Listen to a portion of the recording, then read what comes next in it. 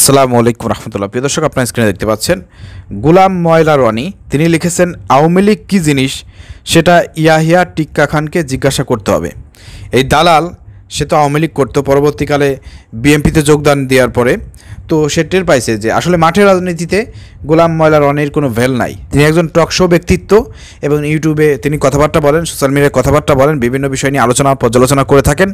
তো তার ক্যারিয়ার কিন্তু সাংবাদিক ইলিয়াস হোসেন খাইয়ে দিয়েছে, সেটা আপনার ভালো করেই জানেন। তো এই গোলাম ময়লা রনি সে একবার এই পাতায় যায়, একবার ওই পাতায় যায়। রিসেন্টলি আমরা দেখতে পাচ্ছি 5 আগস্টের পরে সে আওয়ামী লীগের দালালি করতেছে।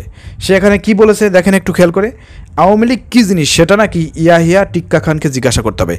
আরে আওয়ামী লীগ কী জিনিস সেটা 17 বছর ধরে দেশের মানুষ দেখেছে। পরবর্তীকালে 5 আগস্ট তাদের পতন ঘটিয়ে এই বাংলাদেশের মাটি থেকে তাদেরকে বিতাড়িত করে হাসিনাকে বিদায় করে এদেশের জনগণ প্রমাণ করে দিয়েছে আওয়ামী লীগ একটি ফ্যাসিবাদ শক্তি। এই ফ্যাসিবাদ শক্তির কোনো জায়গা বাংলাদেশের মাটিতে হবে না। এটা দেশের জনগণ আওয়ামী লীগ কী জিনিস সেটা 5 তারিখেই প্রমাণ করে দিয়েছে। সেখানে আপনি আইছেন আওয়ামী লীগের দালালি করার জন্য।